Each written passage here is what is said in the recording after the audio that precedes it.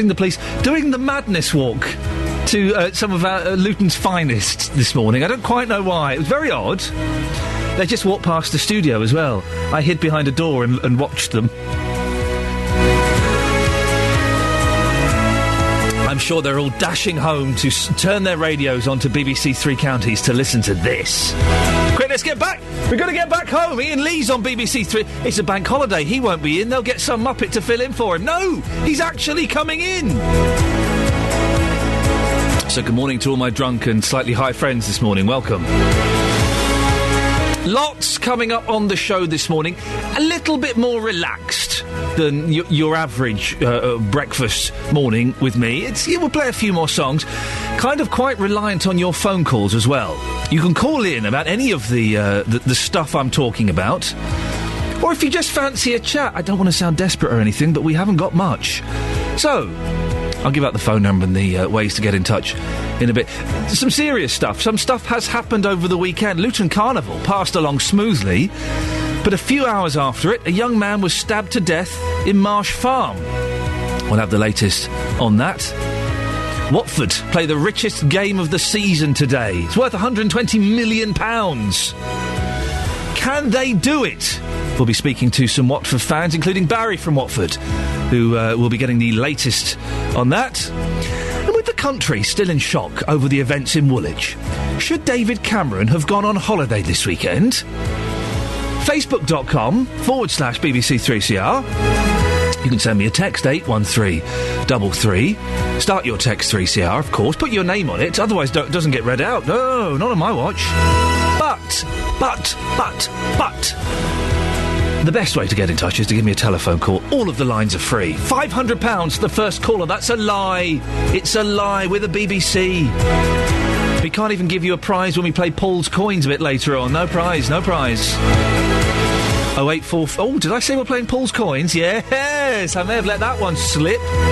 08459 455 555. Do give us a call if you want to talk about any of those things, or if you want to put your name down to be the player of Paul's Coins. It's an MK legend. It's the game that's literally sweeping the streets of Milton Keynes.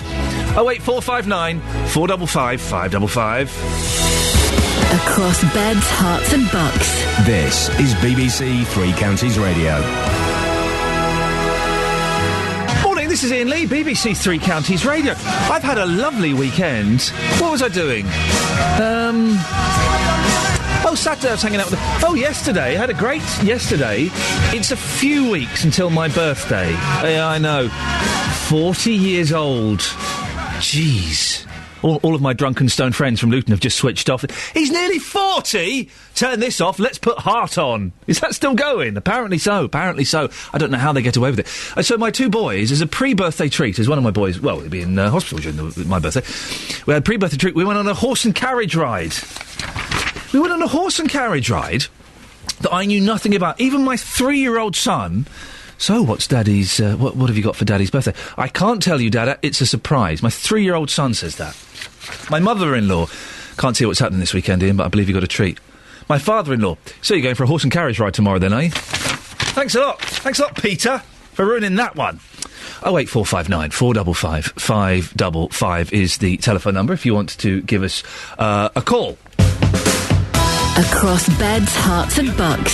This is Iain Lee. BBC Three Counties Radio.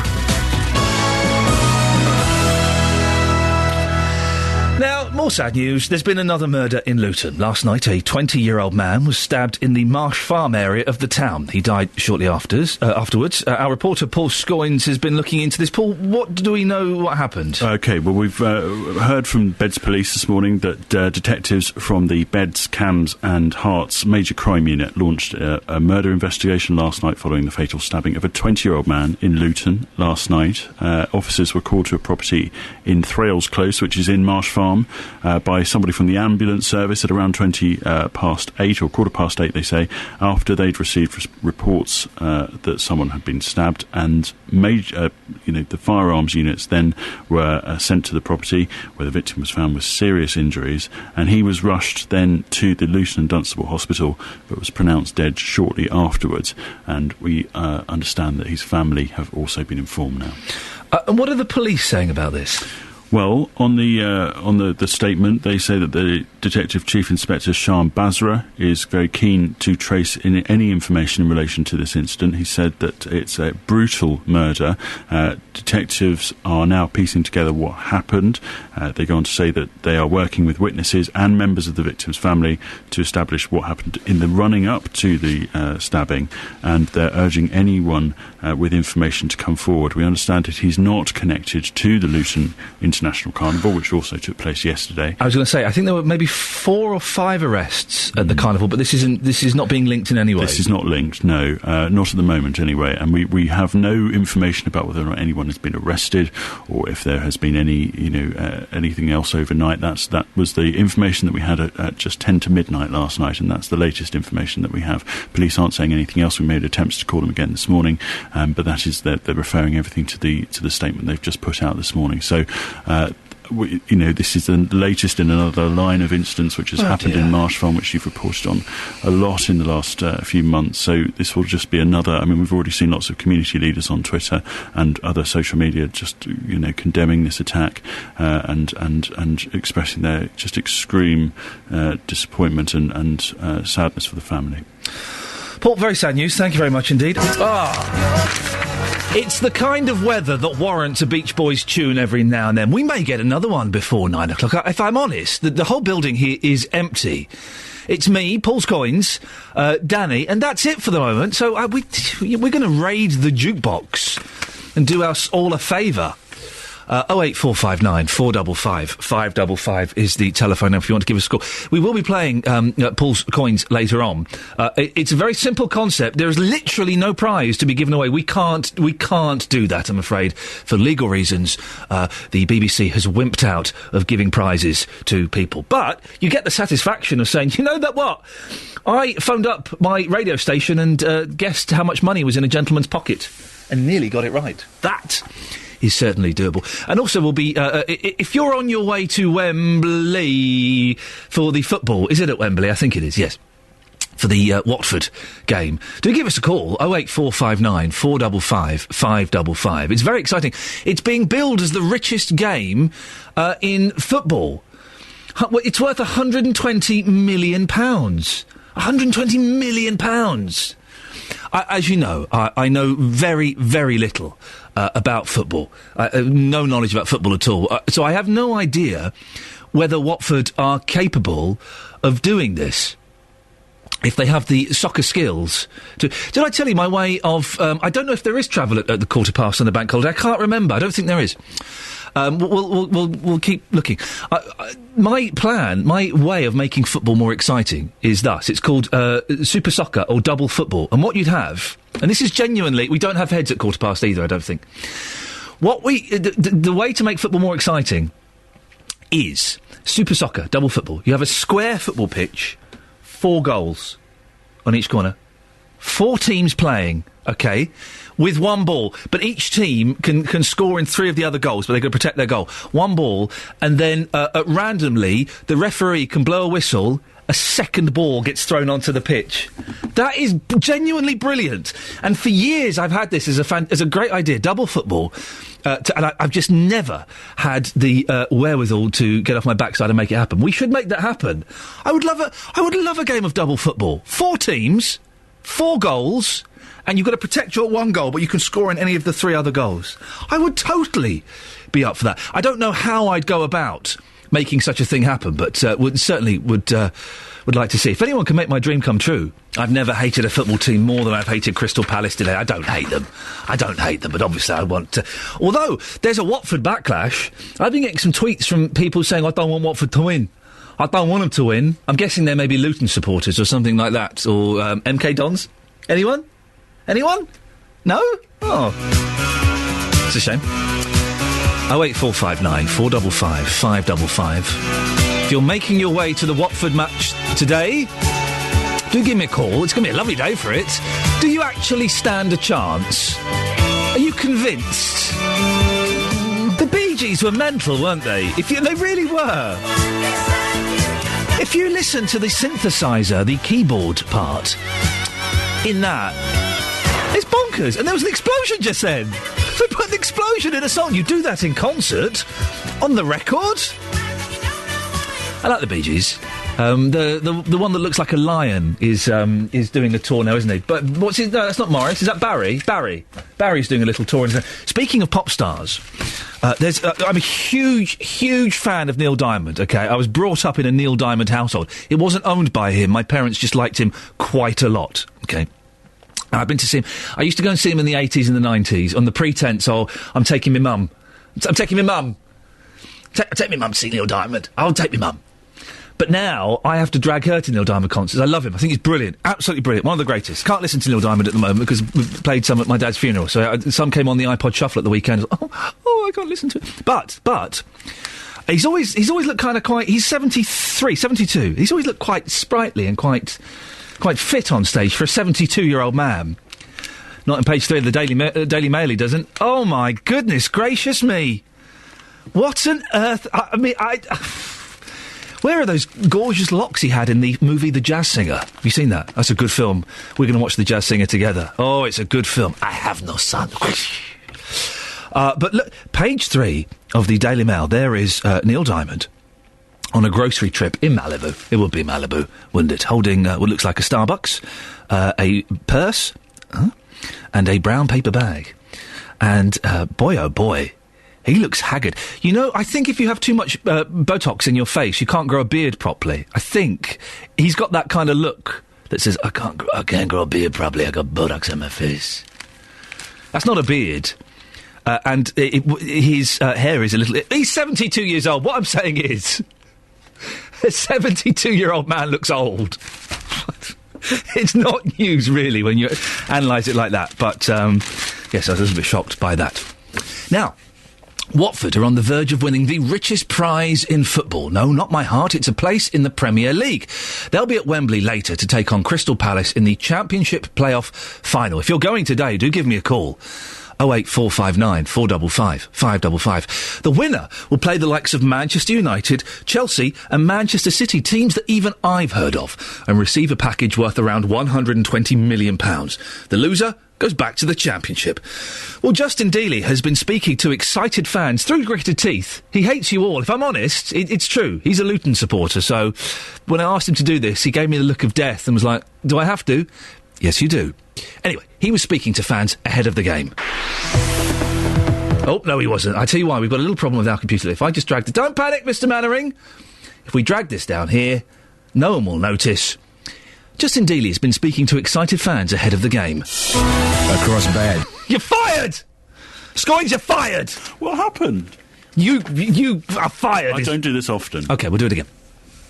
Justin Dealey has been speaking to excited fans through gritted teeth. He doesn't like you. He's a Luton fan. So when I asked him to do it, he gave me the look of death. He said, do I have to, girl? I said, yes, you do. Anyway, Justin Dealey has been speaking to excited fans ahead of the game. I don't think they noticed anything. Excited. We'll do it. Yeah, we've got to. 3-2. So, Matt, on Monday, can you do it against the Palace? What do you think? Oh, of course. Yeah, I think it'll be easier than it was against Leicester. I think it'll be a tight game, and I think we might just squeeze it 2-1. OK, Kevin Phillips, has the script almost been written for him, though?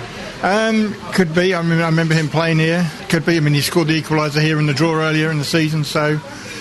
and he's also had quite a few playoff heartaches as well, so maybe it's his time. Very nervous. I think it's going to be very tight.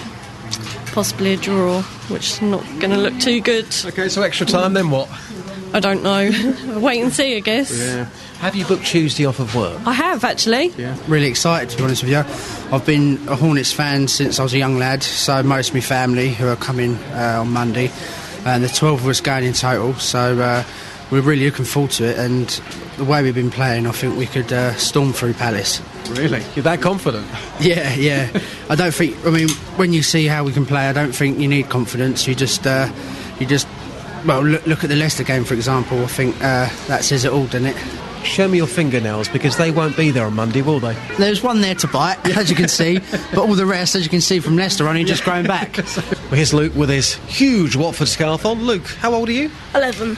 I always trust kids' predictions when it comes to football. What's the score going to be on Monday afternoon? I think it'll be 3-2 to Watford. Who's going to score the goals? Well, I feel Vigil might get a hat-trick. Of course, there's a little bit of nerves, but I think that throughout the whole season we've played the better football than Crystal Palace, but they do have some danger men, so it can go either way, really. And at the start of the season, you never thought you'd be in this position, did you, surely? Well, no, after this last season, finishing 11th, I thought what Sean Dyche did was a miracle job, and then at the start of the season when the players weren't gelling at all and we were getting beat 5-1 by Derby, I was thinking, oh God, hopefully it's just a containing season. So yeah, it's special to get here. Obviously gutted not to go up automatically, but if at the start of the season they said third place, you'd have taken it straight away. So I've been asking people as well, have you booked Tuesday off of work? yes, I have. You have? So win or lose, you've got Tuesday off of work to either celebrate or to drown your sorrows. Yes, exactly, yeah. Well, are you going to go to the match today? Are you excited? Do you actually stand a chance? Be honest with me. 08459 455 555. Dave and Martin have texted, "Hi, we're working today as well in Cranfield. We're cleaning welly bins. Yippee!" I think they mean wheelie bins. BBC Three Counties Radio, bring you more at 7. You can't start a news thing. Well, so I've been hearing... I didn't say so I've been hearing. So we've been hearing, I said. Sport, you mean? Yeah, well, steady on, girl, calm down. You said, so I've been hearing... Yeah. ... You can't do that. People are looking to you for the fact. That's like me coming on. So I heard on Twitter that a bomb went off. We've been hearing, as in earlier, didn't we just hear from Justin Dealey there? I don't know. Reporting. My ears kind of switch off when Dealey's Mockney accent comes on the radio. I don't know why. Mockney. Yes. Yeah, well, that's what I was referring to, as we've just heard from those people, haven't we? Lovely people who are all rooting for Watford. Can I ask you a personal question? Yeah. Are you drunk? No, but I was at the carnival yesterday. There we go. I think we're a bit, I think the sun got to me slightly. Yes, I think it would do. Speak to you later. Bye. Ta-ta. Across beds, hearts and bucks. This is Iain Lee. BBC Three Counties Radio. Morning, this is Iain Lee, BBC Three Counties Radio. Between now and 7 o'clock, we'll be talking about the Watford game that's taking place today. If you're on your way, do give me a call, 08459 455 555. Also asking the question, with the country, disarray is a strong word, but still in a state of shock after the events last week in Woolwich. David Cameron's nicked off for a cheeky holiday in Ibiza. Listen, I know practically he can't actually do anything while he's here, but symbolically, shouldn't he be here? Should David Cameron have gone on holiday this weekend? 08459 455 555. Now, this song popped up on my my iPod the other day, and my little boy was singing along to it. It's one of the most joyous, slightly cheesy, vaguely humorous songs I've ever heard, and I love it, and it's perfect for this weather. We Can Breathe Easy. That's the Bare Naked Ladies, If I Had $1 Million. It wasn't the version I knew, and as soon as it started, I held my breath slightly, worrying that they may have dropped a little swear in there. They didn't, which is something. But do you know what? In my car, I'm declaring it National Bare Naked Ladies Day today. Oh, yes, I'm going to be playing all of their songs in my car. Feel free to join me. It's a silver Polo. Room for 3, possibly 4 more, if one of them's tiny. Now, Luton Carnival went off without a hitch in a positive story for the town in the wake of a number of recent shootings. In previous years, it's been one of the biggest events in the 3 counties, attracting up to 200,000 people. Well, this year it was scaled down and the procession shortened, but it didn't stop people enjoying themselves. Here's a flavour of the day.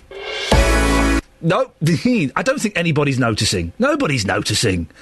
Tim's not noticing. Look, Tim's not noticing. Paul, you didn't notice, did you? What? No swap? Yeah, exactly. Anyway, here's a flavour of the day. Well, there wasn't that... listen, Tim, you heard there, giving it large, I believe, and actually drinking a drink. Wow, that counts as radio these days. Tim having a drink live on the radio. Well, Tim is filling in for Jonathan Vernon-Smith this morning, and I always think he's a cracking listen. He'll be coming in later on. We'll see if we can get him to have a drink live on air on my show. This is obviously a ratings winner. That's going on a hotkey. Morning to you as well, Tom. I see Tim just setting up in the studio over there, and he's waving at me and smiling his cheeky little grin. This is actually going out on the BBC radio now. I'm getting paid your licence fee to sit here and talk this guy. If you went to the carnival Listen, we've got lots of serious news and bad news and things about Luton at the moment. If you went to the carnival and you want to share your carnival story, then do give me a phone call, 08459 455 555. By all accounts, it was marvellous. I hear the figures were a little bit down on what they expected. One report, I said they were expecting 50,000. It may have been as low as 5,000. That's not been confirmed. I don't know if that's true. It's certainly something we'll be looking into over the next few days, I'm sure. But if you went... let's celebrate the magic, shall we? 08459 455 555. Did you go to the carnival? And what did you think? Did you have a good time? Did you enjoy it? Was it fun? 08459 455 555 is the telephone number. You can also go to facebook.com/BBC3CR. And some of you have done on the subject of should David Cameron have gone away on a jolly this weekend. He's chillaxing in Ibiza. Phil said, no, he shouldn't have gone. There's still a job to do. Oh, no, yes, he should... Well, hang on, is Phil saying yes or no? I'll read it and we'll make our minds up. Yes, there's still a job to do and he can delegate. And John says there's always something happening in the UK. He's allowed a holiday just like the rest of us. And I do feel safer knowing that Cameron is out of the country. And then he's done a colon and a closed bracket. And, oh, if I turn my head to one side, it looks like a smiley face. That's nice, isn't it? 08459 455 555. Now, there's a song. Who would have thought we'd be playing The Band and Up on Cripple Creek on a bank holiday Monday on BBC Three Counties Radio? Well, we are.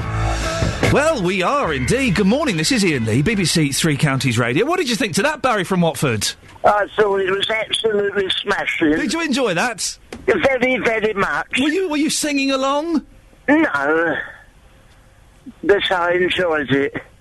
Don't know the words. What kind of music do you listen to? Oh, mainly, I like, Perry Como. Yes. I like, he's not as popular as he was nowadays. People are very homophobic. But the thing is, I like easy listening. Yes. Easy listening. Yeah. I like Dunican. I like Como, Crosby. Are you a homosexual? Yeah, get there 5 minutes after I did. Oh, sorry, I do apologise. Now, what I like on a day like today, yes. Elton John. Oh, I see what you've done there. I've segued nicely into talking about Elton John because today is the day his team, Watford, and my team, and all your listeners' team are going to Wembley. I just hope, if I am at Wembley, whatever you do, if Watford at Wembley, don't sit behind Elton, because with that Marie Antoinette wig, you can't see your feet. I don't think he necessarily wears that anymore. It's not 1982 anymore, is it? Well, he does. I've seen him in Watford wearing it. He can't get on the bus with it. They won't let him on. So you're a Watford fan, are you, Barry? Oh, yeah. Very much. That was going nowhere, so I thought I'd save you. So you're a Yes. Yes, you're a Watford fan, are you? Yes, the clue's in the name, Ian. I'm from Watford. Oh, I see. I'm very much. I've supported them for years. You went to the last Watford game, didn't you? The semis. I went to the semi against Leicester. Cheats never prosper, and that's how Watford won it. And this morning, I woke up with a knot in my stomach. Oh. Basically, yeah, nasty. But I woke up, 6 o'clock, bang on 6 o'clock, whack, whack, whack, whack. Why Margaret does that in my ear first thing in the morning, I don't. But what I'm going to do, we're going to have a Watford breakfast. What does that mean?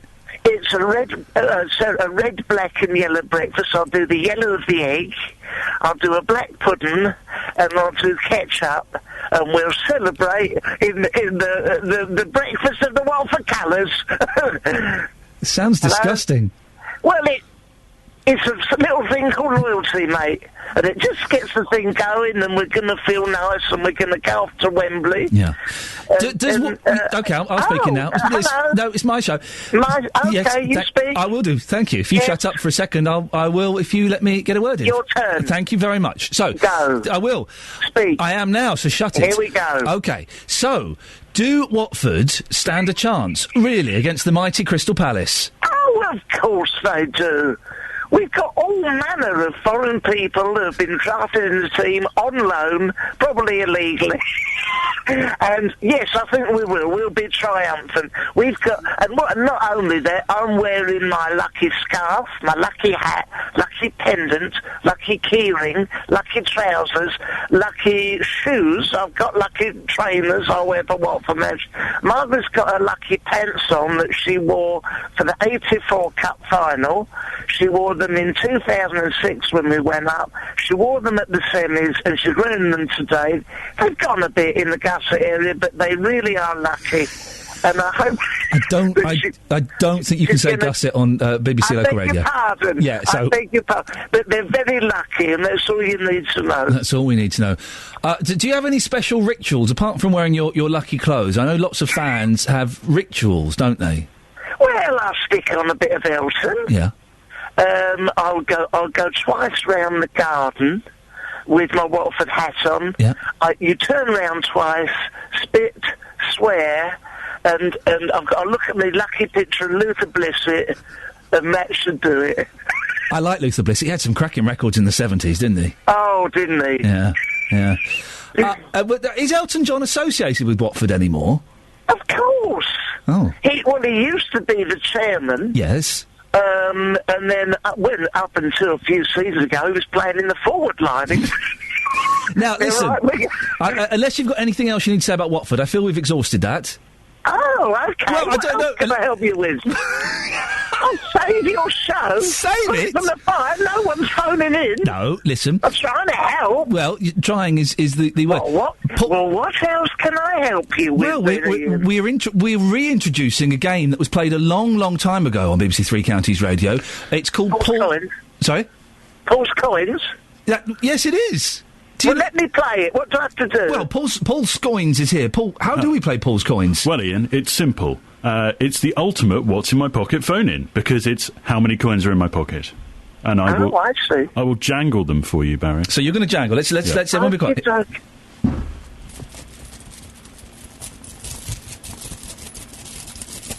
That really is a rather unpleasant sight, what I'm seeing there. Okay. You heard him. You heard Paul's Coins.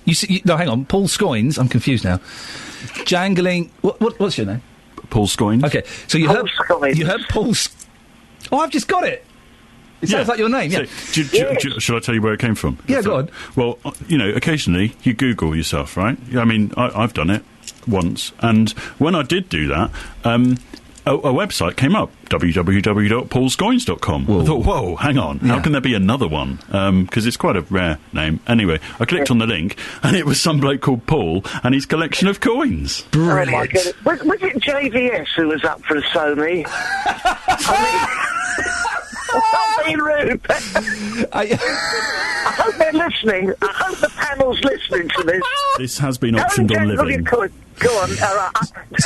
From where I'm sitting, that sounded like quite a few coins, I'll be honest. Okay, well, you need to be a little bit more specific than... Here it comes again. How much money do you think Paul has got in coins in his pocket in the game we're playing, Paul's Coins? Is several coins not acceptable? No, we need a sum. I need a sum from you. Okay, let me have a think. Start the clock. Is there a clock? There is no clock. Well, there should be in terms of your show, mate. There we go. Let me see. 6 coins. I'm getting 6 coins. No, but we know. No, we need a financial total. Oh, it sounded like there was a 50p in there, jangling. Right. Just say a monetary figure. I'm just thinking, Ian. I know, but come on. £1.53. No. That's incorrect. It's incorrect. That's incorrect, I'm afraid, Barry. Yes. How long does this game go on for? 1:47? No, you only get one crack of the whip. 2.63. No, £4.15. Every figure you incorrectly... £3.10. Every figure you incorrectly suggest, you have to send to us. Oh, we should have made that clear. Yeah, well, we may not have made that clear, but that is actually a rule. Terms and conditions... So the BBC won't give out any money, but we are allowed to contribute to funds. Your licence fee is literally paying for this. Listen, son, I do not pay my licence fee, admittedly, but if I did, I would... Are you going to the game today, Barry? Very much so! You're not, are you? No. Thanks for calling! Bye, everyone! Bye-bye! Bye. Bye. Well, there you heard Paul Scoynes shaking his pocket, jangling his change. You can play at home as well. How much money is in Paul's pocket? 08459 455 555.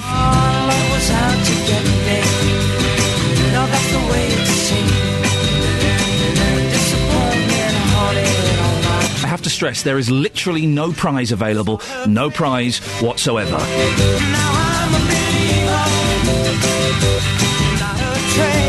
And this will be rather clunky because the computer isn't working, but trust me, I know what I'm doing. I'm a professional. Again, there's no slick way of doing it, so I'm just going to do this. Hang on a second. Oh, dear me, your computer is... there we go. Oh, dear. It's a bank holiday. What do you expect? Professionalism? Morning, this is Iain Lee, BBC Three Counties Radio. Lots coming up, including the latest on that stabbing in Luton. Did you go to the carnival? We'll talk more after the news with Serena. Get the latest news and sport online at bbc.co.uk/3 counties. Are you done? Yeah, thanks. That's normally your cue, actually, to press a button. Let's get the job done and move on. Thanks very much. Thanks. Yeah. A little bit tense, don't worry. It's just for us to sort out. So don't you worry about that. That's our problem. Serena and I have issues, and we will sort through them and not let it affect our on-air relationship. We are indeed what I like to call professionals. Morning, this is Iain Lee, BBC Three Counties Radio. I say professionals with a very small p, written in italics, in inverted commas. It's been nothing but slapdash this morning. Slapdash.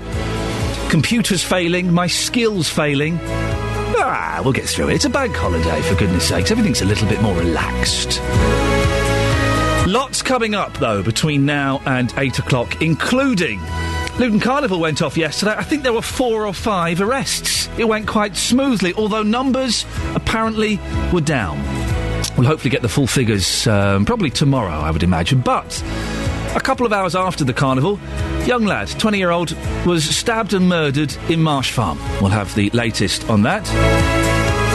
Watford played the richest game of football in the world. Not quite the world, but it's worth £120 million to them. Are you going to the game this morning? If you are, do give me a call. 08459 455 555.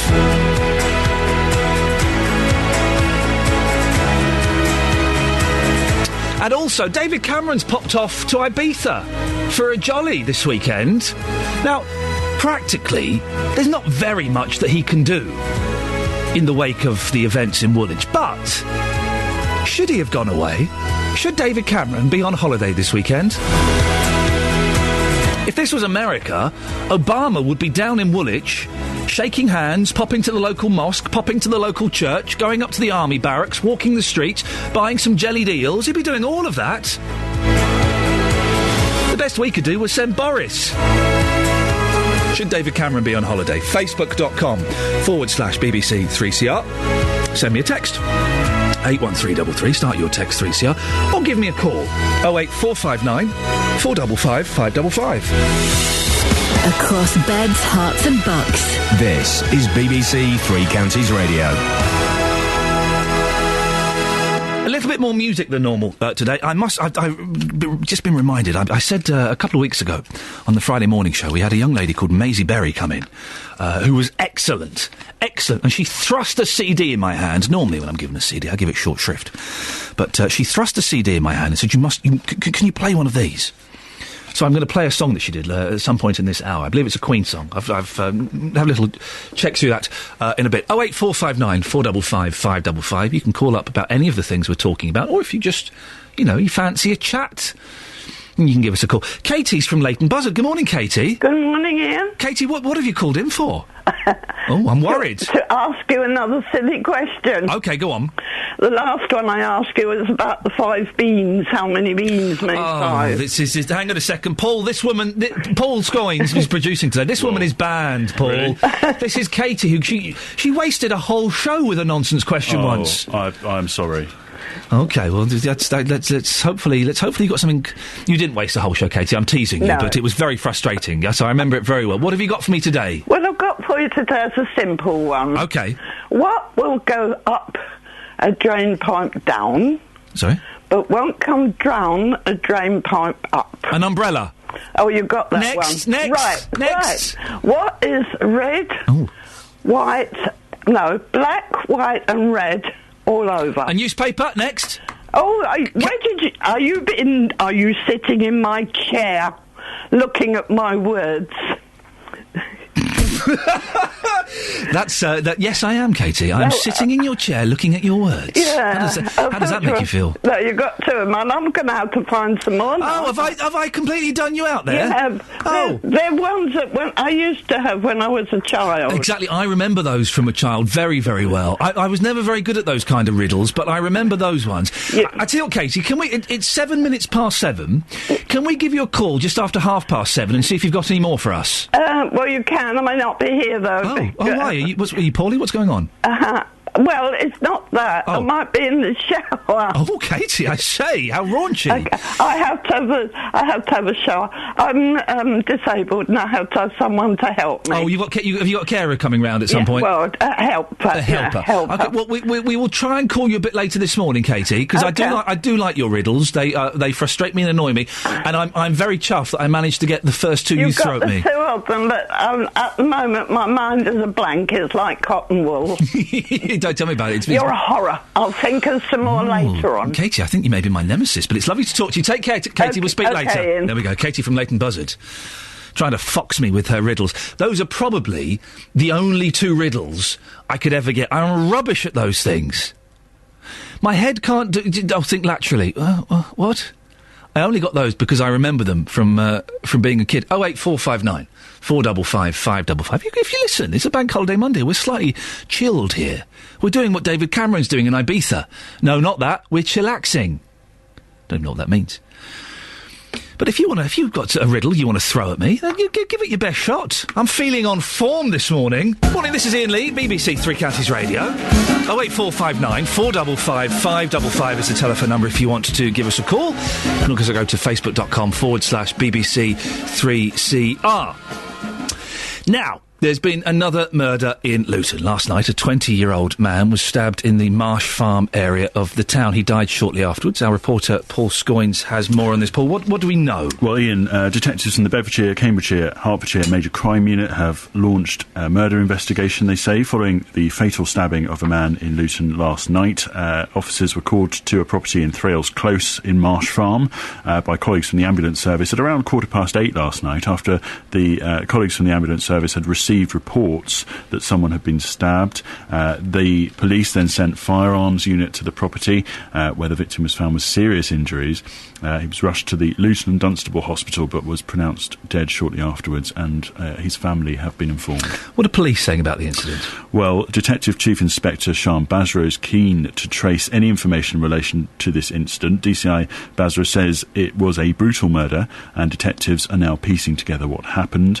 They say they're working with witnesses, members of the victim's family, to establish just what happened in the run-up to the incident, and they are urging anyone to come forward with any information that they may have, and they've issued a number of numbers and a text number as well, and also to call the Bedfordshire 101 number or Crime Stoppers as well. They are looking for any information according to this. We do not know yet whether or not anyone has been arrested, anyone has been linked in relation to this. What we know is that it doesn't seem to have anything to do with the proceedings yesterday in Luton, where there was the carnival, of course, and that has not been linked by the police in any way. So we at the moment, it's very early. We don't know quite the full background to this, but we do know that unfortunately it would seem another young man has been murdered in Luton.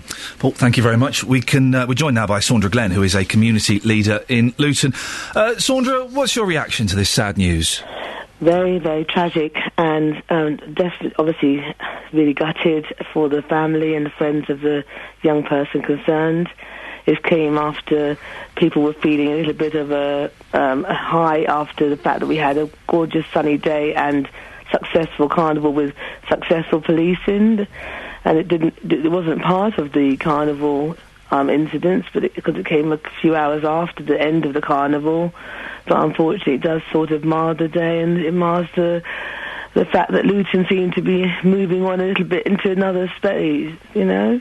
It is very sad, with all of this horrible news we've had about kids killing kids and all of this stuff. It did seem that on that one day, nice weather, the carnival, music, food, people dancing, that just for that one day, all of this nonsense could be put to one side, and then a few hours later, not connected, but on the same day, this happens. Yes. Yeah, it takes you right back, and obviously the family and friends of the young person concerned, we feel for you. Everybody is devastated. To use a young life is just tragic, and yeah. What can the community do, Sandra? Well, we have, as you know, made some steps towards forming an organisation to help with some of the solutions and the prevention work.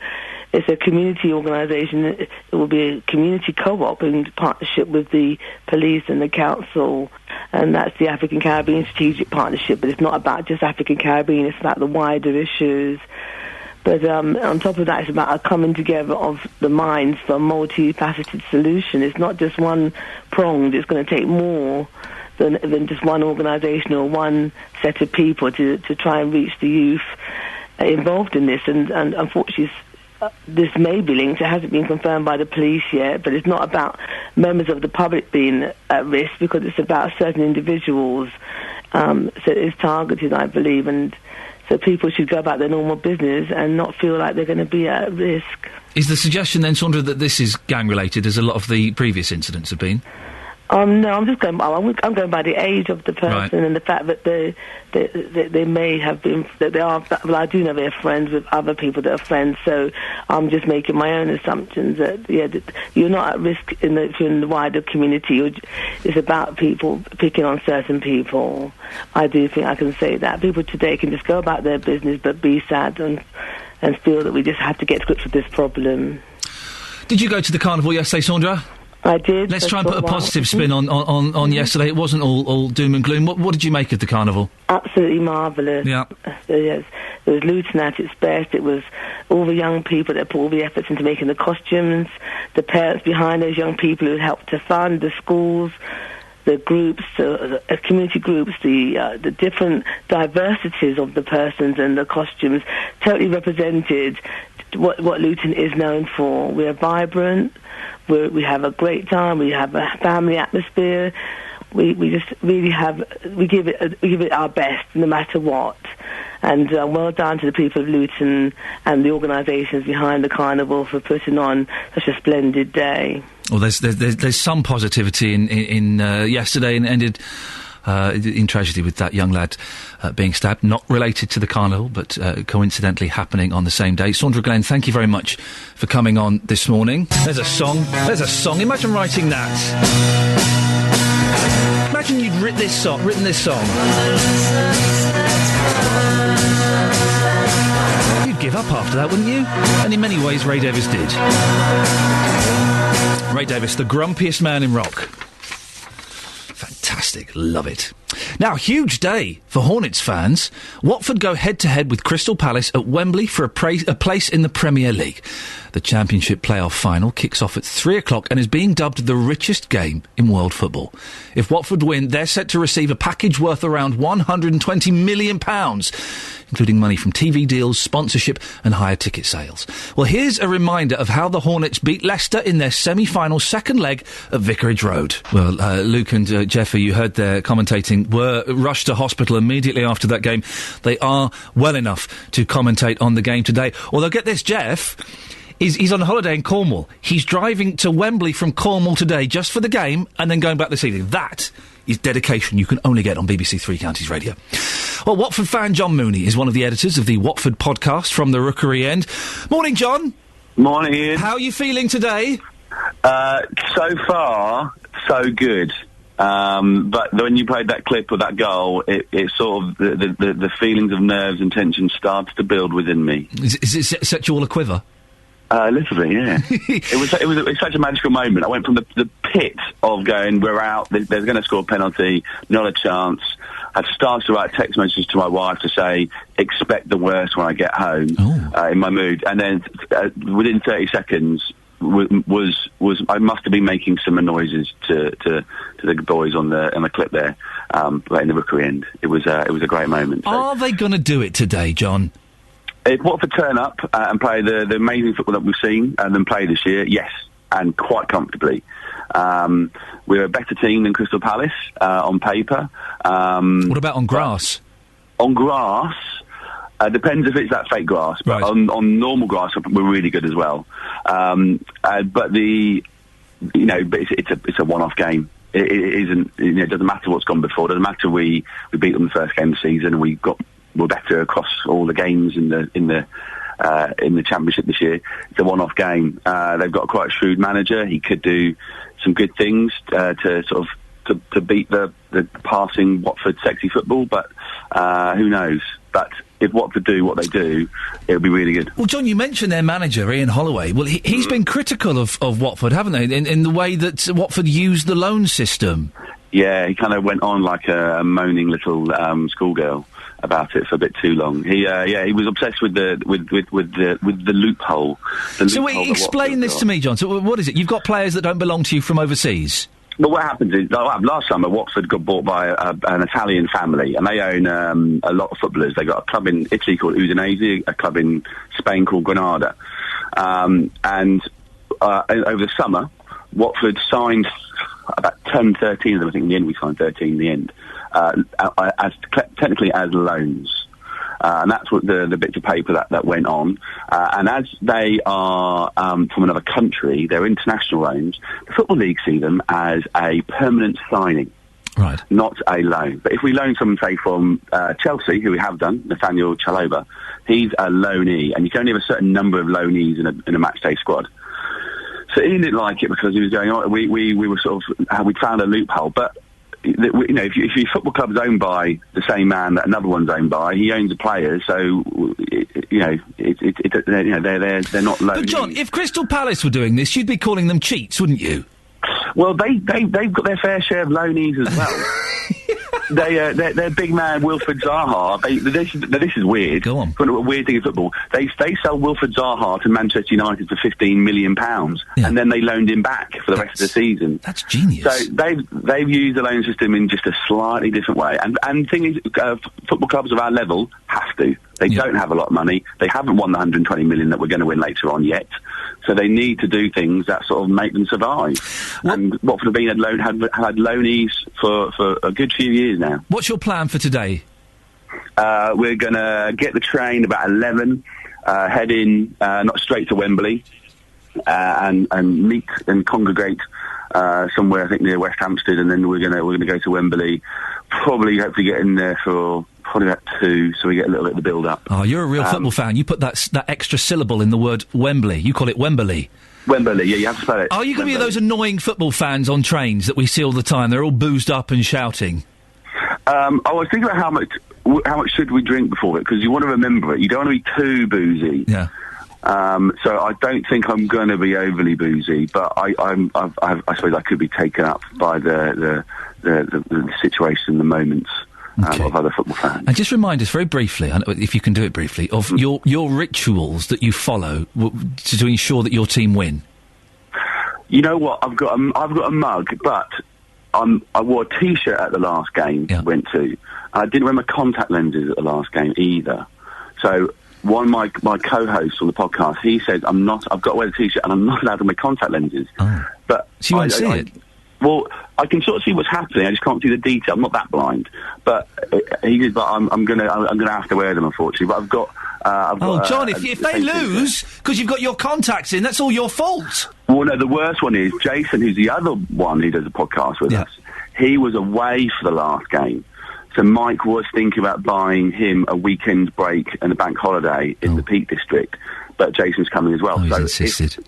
Well, yeah, he said it's a big game. So selfish. My contact lenses are going to be out trumped easily by Jason. But we've got coming to the game a guy called Curtis, who we met because he listens to the podcast. Yeah. He's from Denver in Colorado. Oh wow! And I met a couple of other Hornets from around the world last night. Actually, he has never seen Watford lose. He's seen Watford draw a couple of times, but never seen Watford lose. So we're guaranteed to win because Curtis has come all the way. There's a lot of pressure on Curtis's American Soldiers. Huge. John, give the podcast a plug. What's it called and where can people find it? It's called From the Rookery End. It's on iTunes, so you search From the Rookery End, or the website's fromtherookeryend.com. John, thank you very much indeed. Best of luck. Enjoy it. John's podcast is on iTunes. Mine isn't yet. The BBC literally need to flick a switch that they forgot to do, so you can't search for mine on iTunes. Thanks, BBC. Look, if John, who's got his own little podcast he does in his bedroom, can do it, why can't the BBC? That's John Mooney from the Rookery End. Good luck to all Watford fans this morning. Across beds, hearts and bucks. This is Iain Lee. BBC Three Counties Radio. Morning. It's a bank holiday show. It's as relaxed as David Cameron is on his holes wearing his shorts and his sandals. He's wearing sandals this time. He's got sandals on with the rather, dare I say it, yes I do, the rather yummy Samantha Cameron. I know, I do. I have a little soft spot. I know. I had a soft spot for Cherie Blair as well. There's something about Sam Cam that says I can. Lots coming up, even though it's slightly laid back, including we'll be playing Paul's Coins a little bit later on. You have to try and guess how many coins or what the total of the financial coinage is in Paul's pockets. 08459 455 555. Did you go to the Luton Carnival yesterday? Raging success. Numbers were down. We hear they were expecting 50,000. May have been as few as 5,000 that turned up. I don't know if that's for sure. No doubt we'll be following that story throughout the week. But if you went, 08459 455 555. Now, a couple of weeks ago, a young lady called Maisie Berry came in to play us some music on a Friday. The last 15 minutes of the show, we get some local talent to come in and play us a few songs. Well, she came in, she thrust a CD in my hand and said, all right, mate, can you play this on your show? That's exactly how she speaks. And I was like, yeah, why the hell not? So, here we go. This is Maisie Berry. Now then, Tim has just sent me a message. Tim, of course, will be filling in for JVS this morning, and we'll see if we can persuade him to pop in and just give us a little clue as to what he's talking about.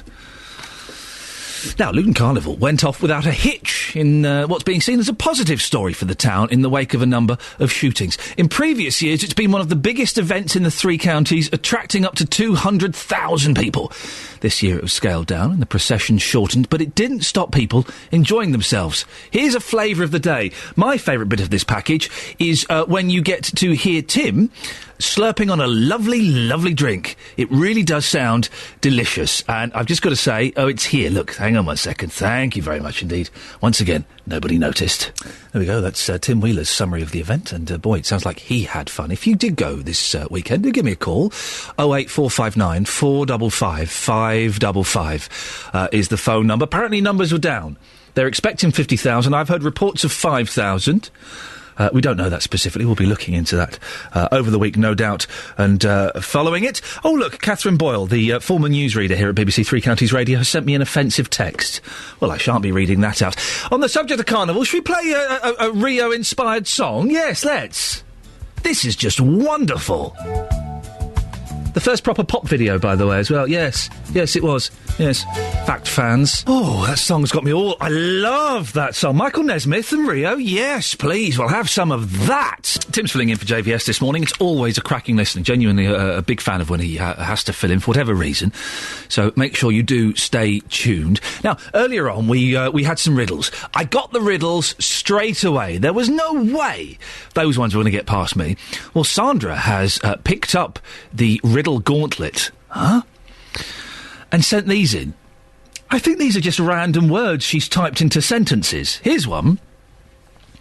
How far will a blind dog walk into a forest? What does that mean? How far will a blind dog walk into a forest? I need some help with this. 08459 455 555. I don't want to turn this into, proper local radio where we do a rolling quiz where I set a question, you answer it, then you set someone else a question. But things like this annoy me. How far will a blind dog walk into a forest? That's the first one. 08459 455 555. The second one she sent me is, what happens when you throw a yellow rock into a purple stream? Oh. on earth is a purple stream? What's a yellow rock? Is this something... Is this clever? Is this supposed to be clever? Because I am not clever. What happens when you throw a yellow rock into a purple stream? Now, the thing I find with riddles is... You hear the answer and you go, oh, really? What? Oh, for goodness sakes, grow up. And I pretend I'm not bothered by them, but I am bothered by these. So thank you, Sandra, for annoying me. If you know the answer to either of these, 08459 455 555. What happens when you throw a yellow rock into a purple stream is the first one. And unrelated, how far will a blind dog walk into a forest? And if they're annoying answers, then Sandra, you'll be banned. I have the power to ban people from listening to this show. By the way, as I did mention earlier on, there is now a podcast of this show, the best bits, in inverted commas, of the show. And as someone on Facebook says, well, Iain Lee can't do funny radio. What's he doing that for? But it's available. It's not... It is on iTunes, but you can't find it on iTunes yet. I know. Blame the BBC. Someone needs to literally tick a box on a computer and you'll be able to find it on iTunes. Hopefully tomorrow when people are back from their bank holidays. Hopefully. But if you go to the BBC podcast page, you'll be able to find it and listen to it there. I think it's quite good. I'm quite proud of it. Now, 34,000 Watford fans will make their way to Wembley today for the Championship playoff final against Crystal Palace. The Hornets have been out of the top tier of English football since 2007.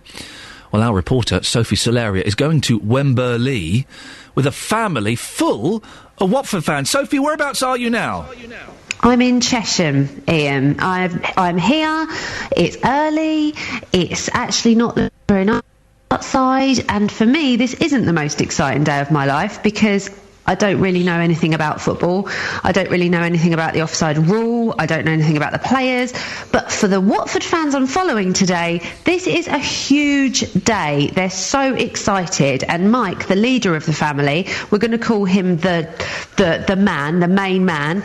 He's the biggest Watford supporter out of the lot of them. And I've just joined him now, and he is just overexcited about today. Hi, Mike. Hello, how are we doing? So give me a bit about yourself. Full name? Mike Parkin. And who is with us today out of your family? Who's going to see Watford with us? OK, so we've got my dad, who'll be disappointed that I've been described as the man of the family, but there you go. We've got my dad, my mum, my girlfriend, my brother, his girlfriend, my auntie, my uncle, and my two cousins. This is a really big family occasion today. Yeah, it's a massive thing. It's a massive thing. Obviously, Watford are well known for being a family club, and I think that's nicely represented here today. So you've been a fan for how long now? Oh, since as long as I can remember, probably 26, 27 years. Right. Why Watford? They're our local club, basically, and I think that's what Watford have based their success on being big in the community, and I decided to support our local team, and today I'm glad I did. Just how big a fan are you? Give me a bit of a ballpark sort of description. Well, Mum's listening on, but she knows this story. I bunked off business studies once to go to Barnsley away on a Tuesday night. We'd skipped off school to do that. I do a Watford podcast, do that every month. Travel the width and breadth of the country. We once managed to persuade a barman in Malia to show a Watford friendly. Watford were playing a pre-season friendly in Italy, and we managed to persuade a guy on holiday to show us that. So if there's a Watford game on, we'll pretty much make sure we're watching. So today, yes. In one word for you? One word isn't going to do it, Sophie. I'm terrified, excited, cat on a hot tin roof. Absolutely can't wait. This is a really big deal, and of course I've learned recently getting into the Premiership is a lot of money. We're talking about £120 million for the team if you win. Yeah, something like that. I think the figures do vary, but yeah, obviously there's a different TV deal in place in the Premier League, which means that the club is entitled to a lot more money, and yeah, it's about 120 million quid, so worth winning. Big deal. I'm going to be following you all day. We're going to be going from Chesham. We're going to be going up to see the game. We'll find out the ins and outs of the plan in a little bit later on. But one quick question, where are your tickets? My tickets are with my brother, who is en route to the house. Fantastic. Where are my tickets? In Uxbridge, at your house. That's right, Ian. What I've done this morning is I have managed to forget my ticket back at my house. So not only am I not exactly over the moon that I have to go to football today, but I've also really annoyed my husband, who's had to drive an hour round trip to go and get my ticket. You massive muppet. What an idiot. I know you're in... Sophie, how could you forget... And listen, I know football's not your big thing. I went to a football match recently. I found it incredibly tedious. So well done you for going, although it's your job. But how could you leave your ticket at home, Solaria? I feel like such an idiot. I can't tell you. I have no words. Apart from, all the ladies out there listening will understand that I swapped my bags over yesterday. So I thought I was taking with me everything that I needed for my life today, and obviously that was the one thing that I forgot. And when Mr. Solaria got the phone call bright and early this morning, what did he say to you? Well, it was worse because I actually made him drive me to Chesham in the first place, which was half an hour. So I got him out of bed in the first place to take me. Then when we got to the door, the last thing he said to me was, "Where's your ticket?" Big silence for about 2.5 minutes. And then he just kicked me out the car, drove back, and I knew that, yeah, I wasn't the most popular wife in the world. You only just got married. I'm imagining that won't last too long, will it? No.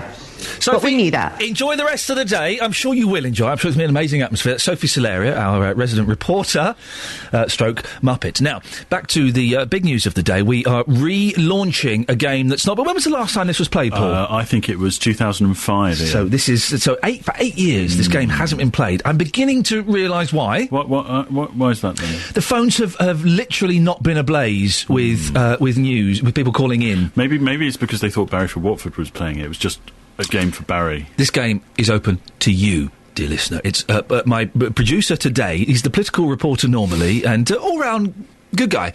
Paul Scoins. Paul space Scoins. So what's the game we're playing today? It's called, Ian, Paul's Coins. See what I've done? Oh, that's cute. So how does it work? Well, it basically, I've got some coins in my pocket. Yep. And I jangle them, and people guess the amount. Okay, so... You don't win. There's literally no prize. There's no prize. No. Maybe that's what's not been... I blame Jonathan Ross and Russell Brand. Good. Yeah, or was it Blue Peter? I can't remember which one stopped the prizes. Maybe Radio 1? I blame Radio 1. I blame, what's that chap's name? Bruno Brooks. Bruno Brooks. Blame him for so much. So, you're going to stand up now. You've got your hand in your pocket. Yep. You've got coins in there. Let's have a jingle. It sounds rather unpleasant. Okay. You can hear those coins. I was in the wrong mic, that's why. No, oh, sorry, let go. That's it. That's better. Not really.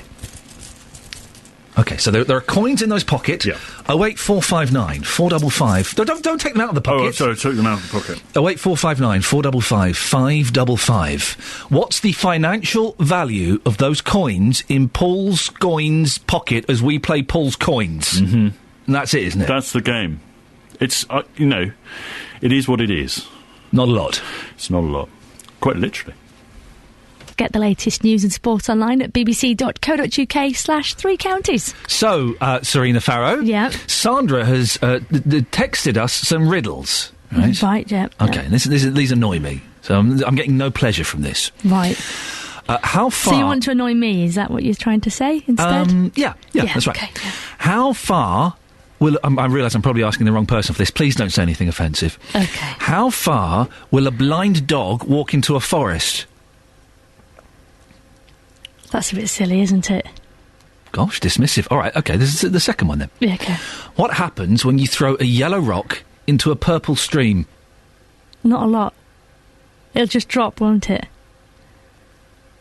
It's not as if there's going to be different colours, like red being, emitting from it or anything, is it? It's just a rock and some water. No? Yes. Anyway, since when has streams been purple? Unless you get some dye of some description. Okay. I think that's enough now.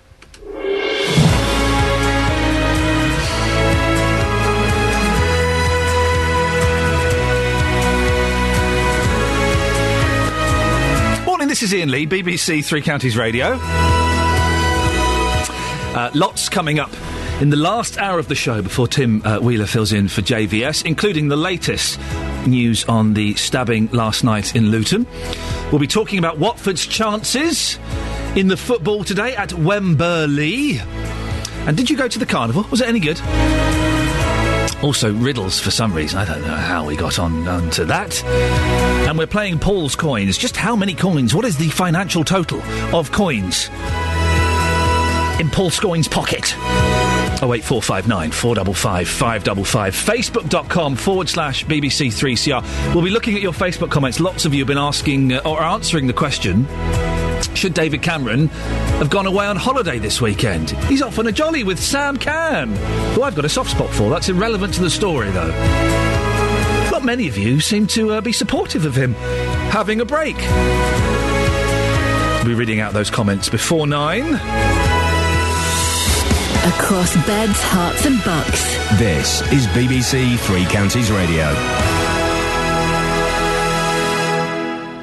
So, for some reason, we're doing riddles this morning. I don't know how. It's a little bit parochial, but it's a bank holiday. We're kind of a bit relaxed here. Sandra has sent us in a couple of riddles. What happens when you throw a yellow rock into a purple stream? And how far will a blind dog walk into a forest? Well, Ruth from High Wycombe. Ruth, you think you have the answer to at least one of these, do you? Yes, I do. Which one? The one about the blind dog walking into the forest. How far will a blind dog walk into a forest? I hate these things. What's the answer? Okay, well, he'll walk into the middle, because when he's gone over the middle, he's walking out.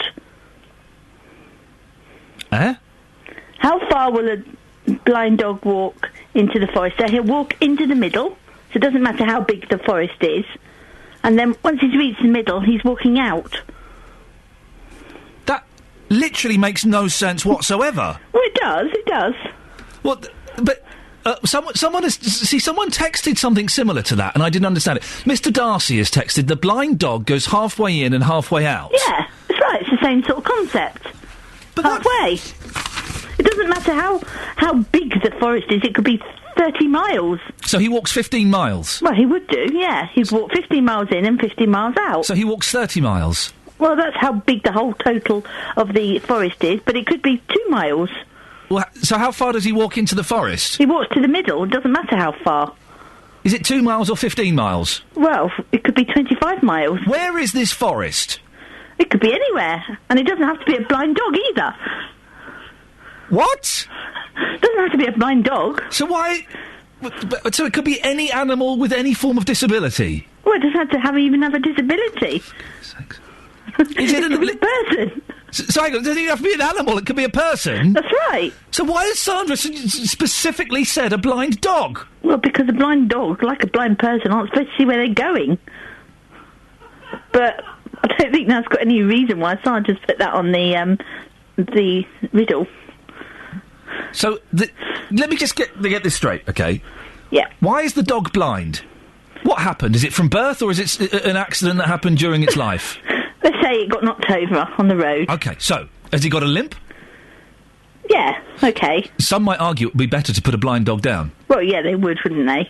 Why is this blind dog that's been knocked down, he's got a limp, he's obviously badly looked after, why has he been abandoned in a forest? Because he's blind? But he might not have been abandoned in the forest. What's he doing in a forest then, Ruth? He's going for a walk. Why? Well, because dogs need to walk. Who lets a blind dog walk on their own in a forest? But he's not on his own, he's with his owner. Do the RSPCA know about this?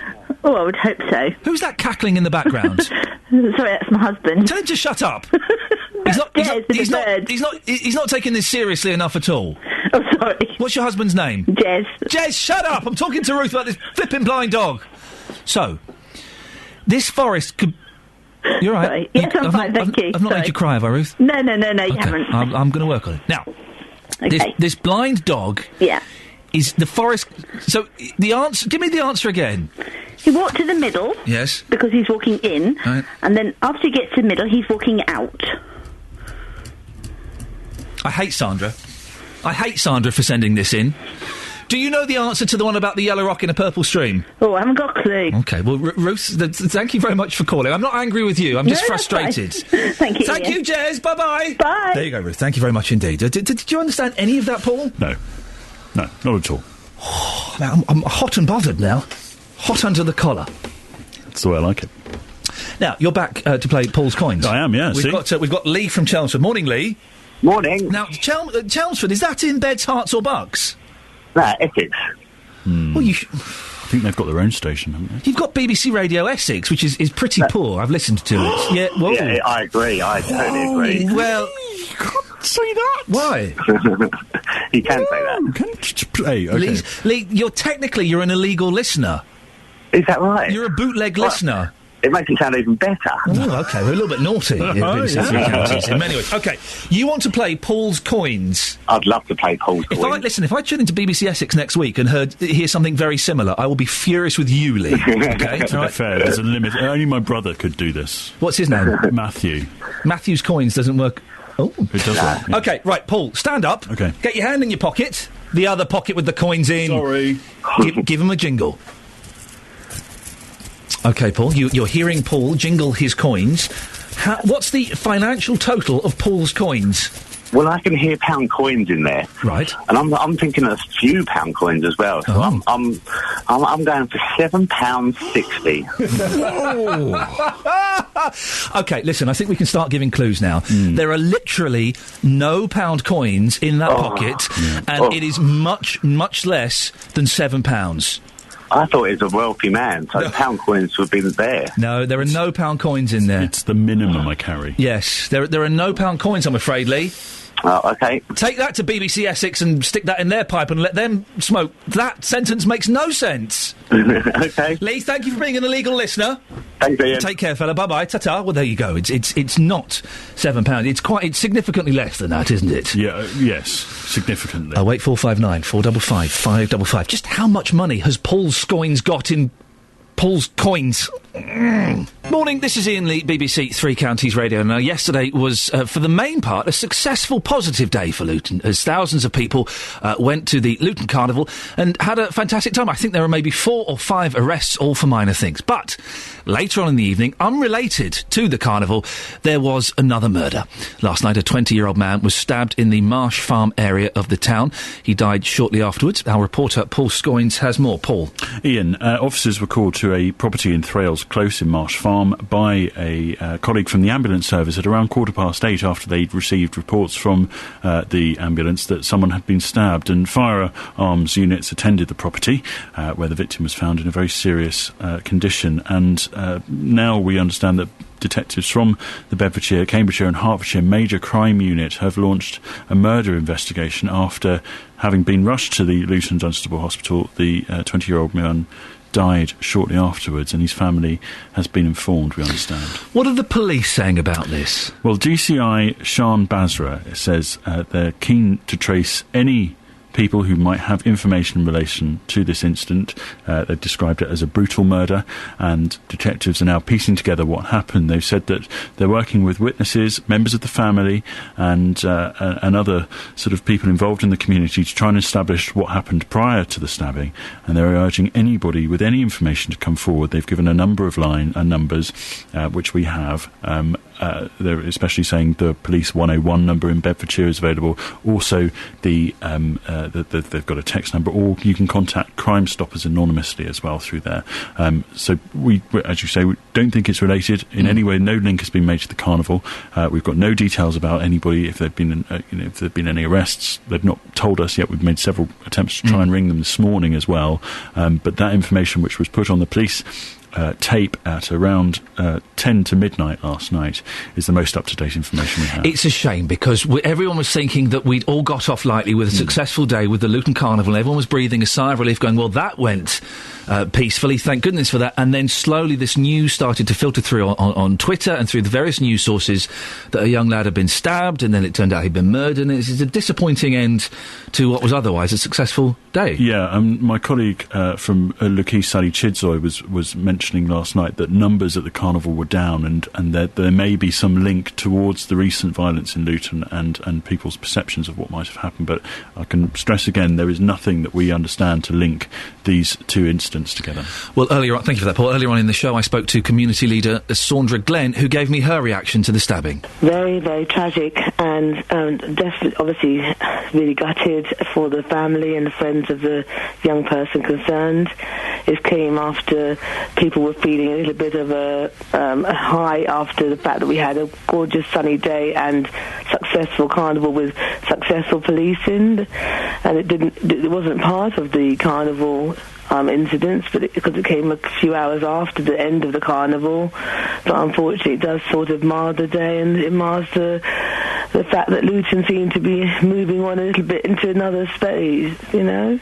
It is very sad, with all of this horrible news we've had about kids killing kids and all of this stuff. It did seem that on that one day, nice weather, the carnival, music, food, people dancing, that just for that one day, all of this nonsense could be put to one side, and then a few hours later, not connected, but on the same day, this happens. Yes. It takes you right back, and obviously the family and friends of the young person concerned, we feel for you. Everybody is devastated. To use a young life is just tragic, and yeah. What can the community do, Saundra? Well, we have, as you know, made some steps towards forming an organisation to help with some of the solutions and the prevention work. It's a community organisation. It will be a community co-op in partnership with the police and the council, and that's the African Caribbean Strategic Partnership. But it's not about just African Caribbean, it's about the wider issues. But on top of that, it's about a coming together of the minds for a multifaceted solution. It's not just one-pronged. It's going to take more than just one organisation or one set of people to try and reach the youth involved in this. And unfortunately, this may be linked. It hasn't been confirmed by the police yet, but it's not about members of the public being at risk, because it's about certain individuals. So it's targeted, I believe, and so people should go about their normal business and not feel like they're going to be at risk. Well, that was Saundra Glenn speaking earlier on in the show. 08459 455 555. Across beds, hearts and bucks. This is Iain Lee. BBC Three Counties Radio. We're like the Beach Boys, but nowhere near as old. We're the bad Beach Boys. We're the bad Beach Boys. With fewer drugs. Well, you say fewer drugs. No drugs. No drugs is what you mean, of course, young man. No drugs in these bad Beach Boys. The Beach Boys themselves were very bad Beach Boys and took lots and lots of drugs. They were bad boys. They were the bad Beach Boys. But I like their stuff. So did they. Good. Yeah. Now, the voice you're hearing is not the dulcet tones of Jonathan Vernon Smith. Oh. What's that? I don't know. Why does he not come in on a bank holiday? What's his problem? Does he not like his listeners? Well, it tends to be the slightly less high-profile presenters that come in and do the bank holiday shows. I don't come in. I don't get paid. I've got a mortgage and 2 kids, and at least one of those children needs to eat every day. He's got a lot of interests around, a lot of business interests and things, so he doesn't necessarily need to turn up. I bet I can imagine Jonathan selling tat at a car boot sale. So just to get a few extra quid. Do you know what I'm trying to get him out and about a bit more, out of the studio. Yep. Maybe that's an idea. We could go to Bulldog Car Boot Sale. I used to love Bulldog Car Boot Sale. I've not been to Bulldog Car Boot Sale, but I love being nosy and buying rubbish. Yeah. I really do. Well, when I went to Bulldog Car Boot Sale many years ago, I purchased 2 records. One was Can't Touch This by MC Hammer. Can't Touch This. Yeah, absolutely. Everyone knows that. Yeah. Yep. Another one was a Vanilla Ice. Stop, collaborate and listen. Ice back with a brand new invention. Something that's got a hold of me tightly. Moving on daily and nightly. Will it ever stop? No, I never stop. Someone step on my like a vandal. Someone like a candle. If only my wife were here, she can do the whole Vanilla Ice rap. That's how I fell in love with her, yeah. Yeah, that's the kind of thing that would charm me. Yeah, it really does charm me. Hey, you, the Rocksteady crew, show them what to do. But look at us doing some 80s hip-hop. Riffing. That's good. Hang on 1 second. Sorry. What? Sorry, Paul Scoins. Yeah, what did you just say in my ear? Yeah, I can do all... You can actually do all of the Fresh Prince of Bel-Air? I believe so. Away you go. It's been some time. Can I join in? Do you mind? Yeah. I'll let you go first. No, you can... No, you... Okay.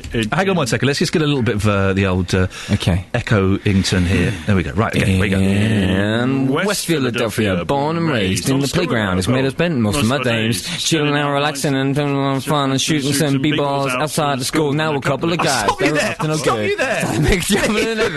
Neither of you have lived up to the hype. Going as if... That's what Big Willie does. That's not doing the Fresh Prince. That is the beginning of the rap, and it sort of tails. It becomes That's better. What Big Willie does, yeah. Thank you. So I'm doing a show later. And can I just say, it's nice to know that even with the kind of scant resources we have on bank holidays, the quality isn't affected in any way. And it's been lovely to hear that coming in. But you've obviously set a high bar for me. Thank you.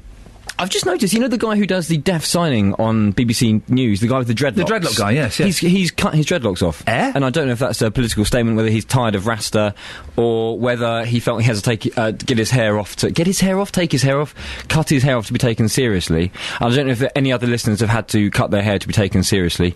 That's not one of my big shout-outs, but don't expect lots of response on that. Don't say that, anyway. A bald man's walking into the studio now, for goodness sakes. Look, Ashmead's coming in. Don't mention hair. But I have got some things I'd like to talk to people about today. Lots of Watford content, obviously. Look at my ticket. I'm going to I know you don't care because you don't like football, but I am going to the game. There's a genuine ticket. Don't do anything hilariously controversial in an Iain Lee style and rip it up or something like that. Well done, you. Good. I'm looking forward to it. I'm sat with the Palace fans though, because I'm going with my lady's dad, who's a Palace fan.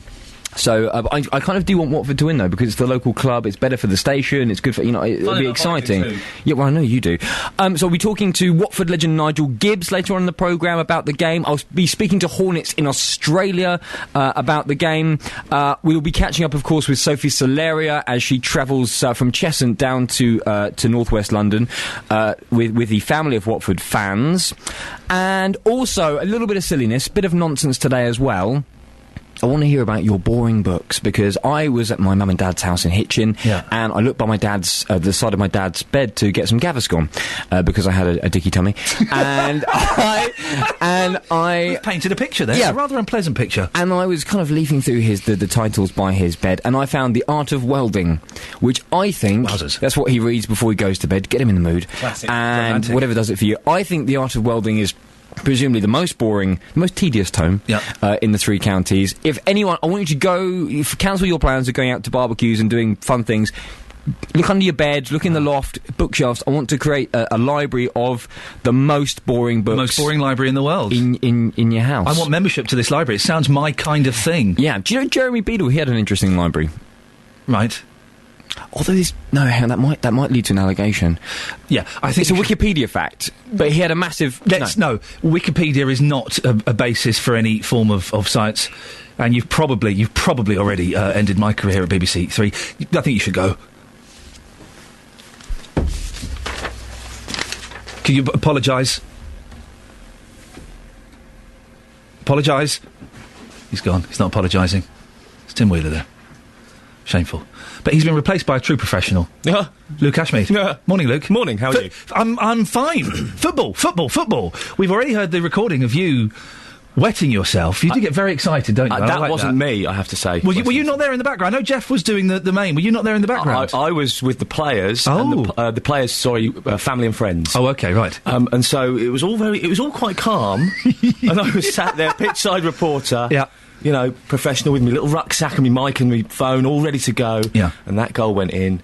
Phone flew off one direction. I was hugging people I didn't know.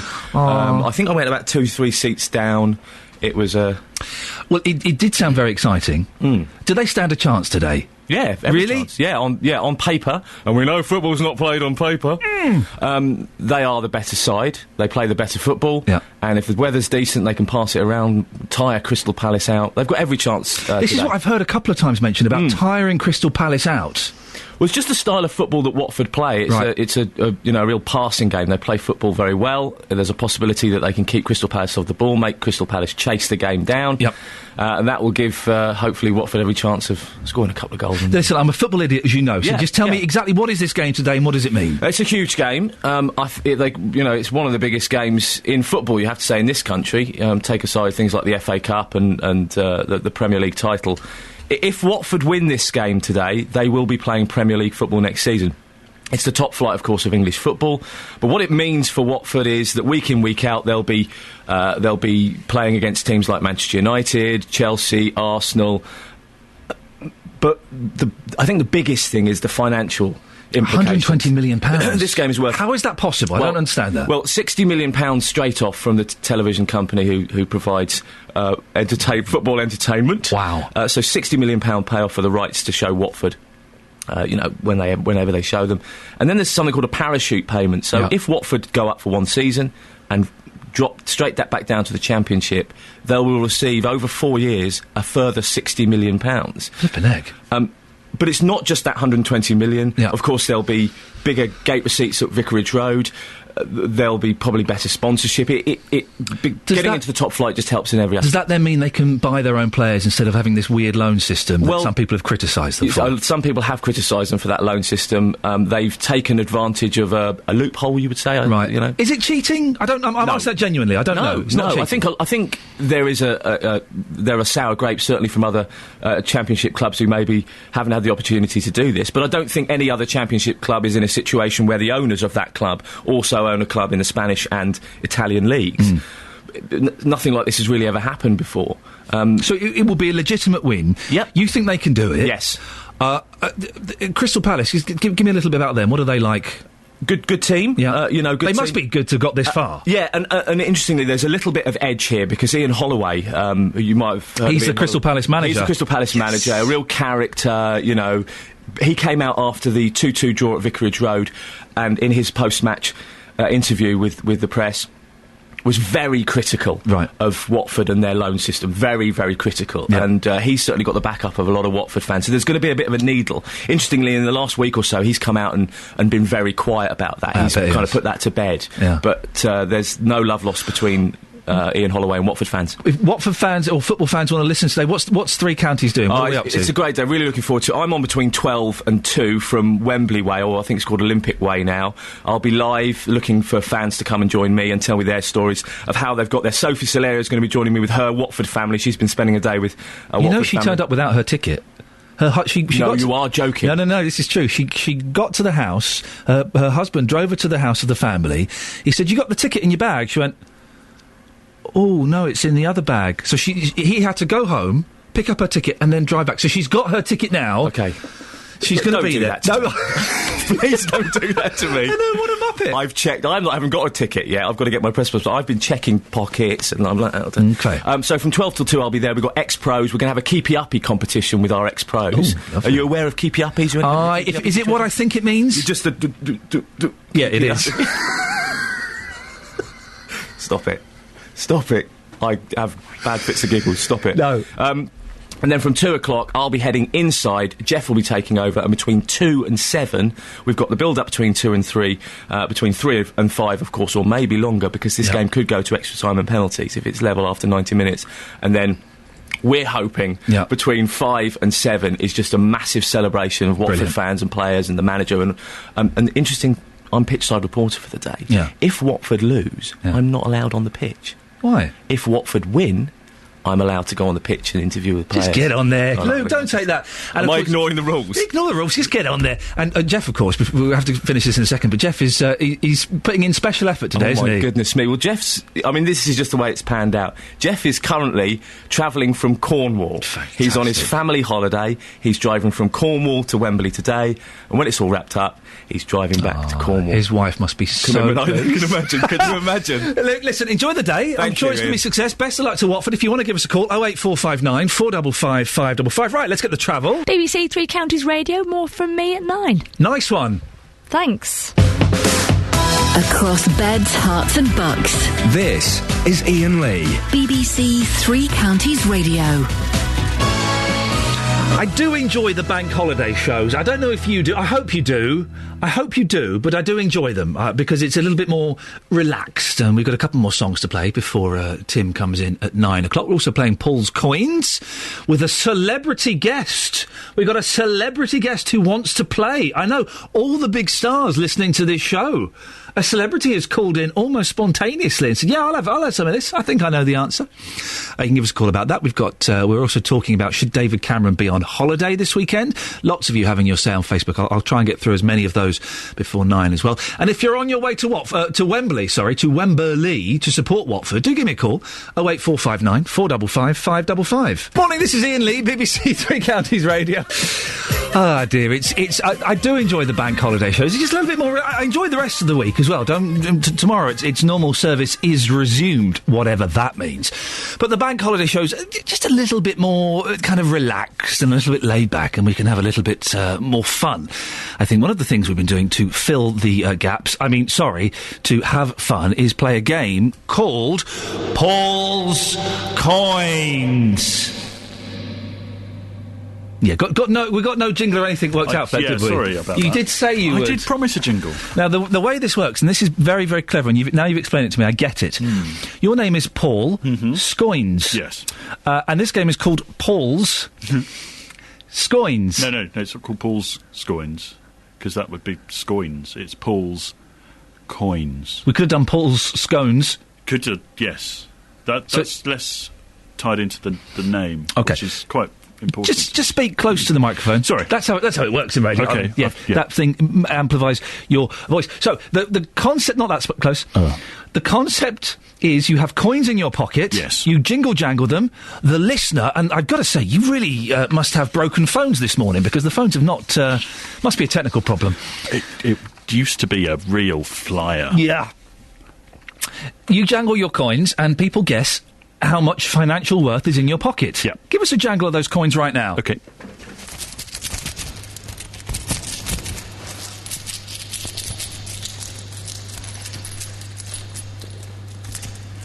That sounds like my pockets are well. Well, we've got a celebrity caller. Lots of stars living in beds, hearts and bucks. A lot of famous people, indeed. And it turns out that one of them, whilst not listening to this show, responded to a text I sent them asking, would you come on, because we're a little bit short of, because it would be nice to have your voice on. Ladies and gentlemen, I give you the BBC Three Counties newsreader, Catherine Boyle. Hello, I was listening. Yes, not to this station, though. You were listening to Heart, I believe, as you do. Catherine, it's lovely to have you on a bank holiday. Yeah. Am I getting paid extra for this? No. No, you're okay. not. Make it quick, then. Yeah. What are you doing on a bank holiday? We're preparing to go to the safari park. Why? Because it's bank holiday and I can. No, because you never go to a safari park on a bank holiday, Catherine. Everyone has that idea. Everyone's thinking the same thing. You don't work normal hours. Just take your kids out of school on a Tuesday afternoon and go then. Oh, yeah, textbook error. Yes, exactly. Well, listen, why are you giggling so much? What's going on there? I've had a coffee. Serena doesn't giggle. Oh, well, Serena, yeah, she won't. She's hardened to you. So much I could say, but we've not got time for that because you are here to play Paul's Coins. Now, would you like to hear Paul jangle his pocket one more time? Yeah, because over the phone it sounded like his pocket was empty. OK, well, let's have a listen. Here we go.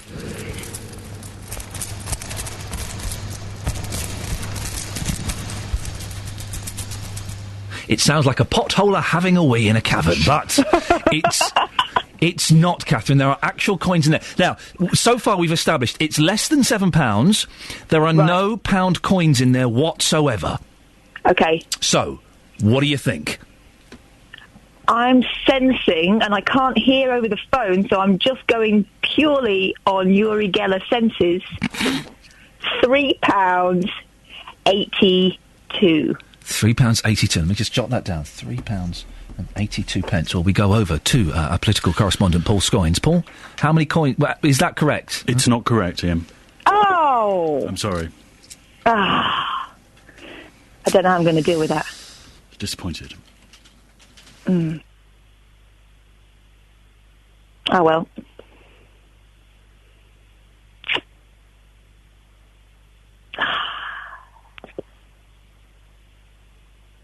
Oh, dear.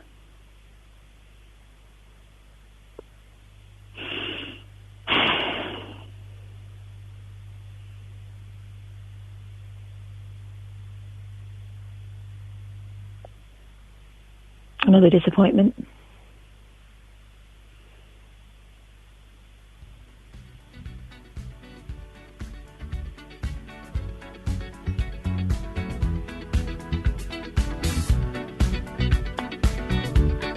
Thanks, Kath. You're welcome. Morning, Iain Lee, BBC Three Counties Radio. That's Daft Punk on the radio. There we go. Here until 9 o'clock, then Tim comes in and does a mighty fine show, as he always does when he fills in for JVS. Big day, big day. 34,000 Watford fans are going to make their way to Wembley today for the Championship playoff final against Crystal Palace. The Hornets have been out of the top tier of English football since 2007. Well, earlier on, we heard from our reporter, Sophie Solaria, who was having breakfast with the family in Watford as they prepare for Wembley. She'd left her ticket at home.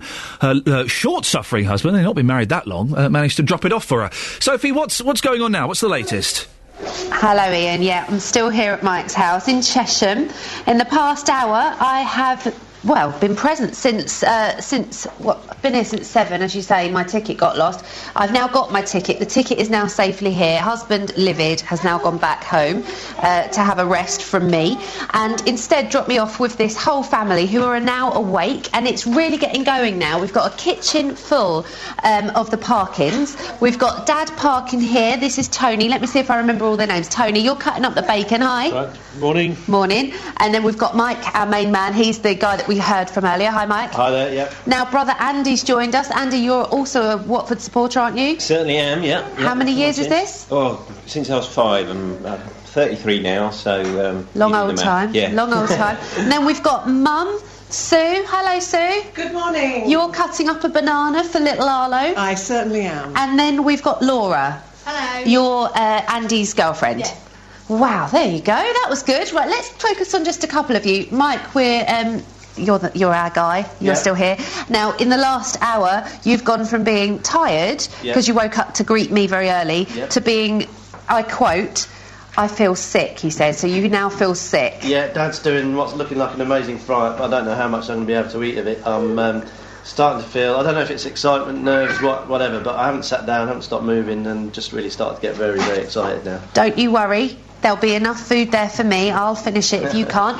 Andy, you came in and you barely said 2 words to anybody, so I'm taking that as nerves as well. Yeah, I've been nervous all weekend, since Friday, really. It's just been building up. Laura will testify that it's just been getting a bit too much, and I just haven't been able to concentrate on anything else. On the trip up, we had a few drinks in London on Friday. On the train home, we were watching the Leicester game. So, just all building up to today, and I just hope we get the right result.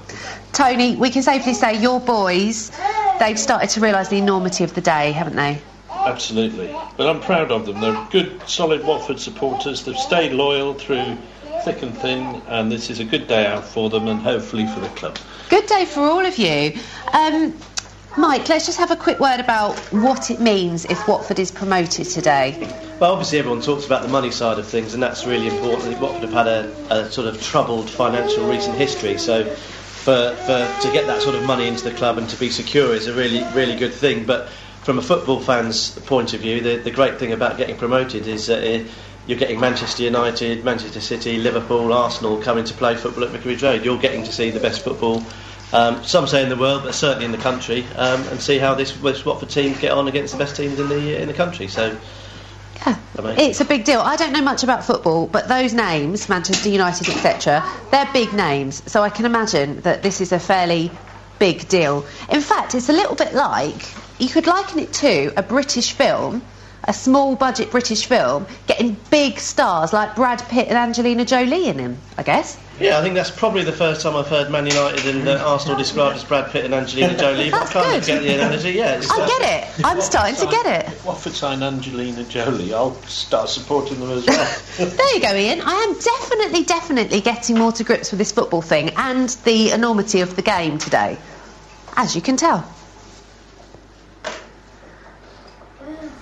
Sorry, Sophie, we're just having a few technical problems here. I'm hearing lots and lots of bits and pieces going on. Are you excited at all, Sophie? Is there any excitement in you?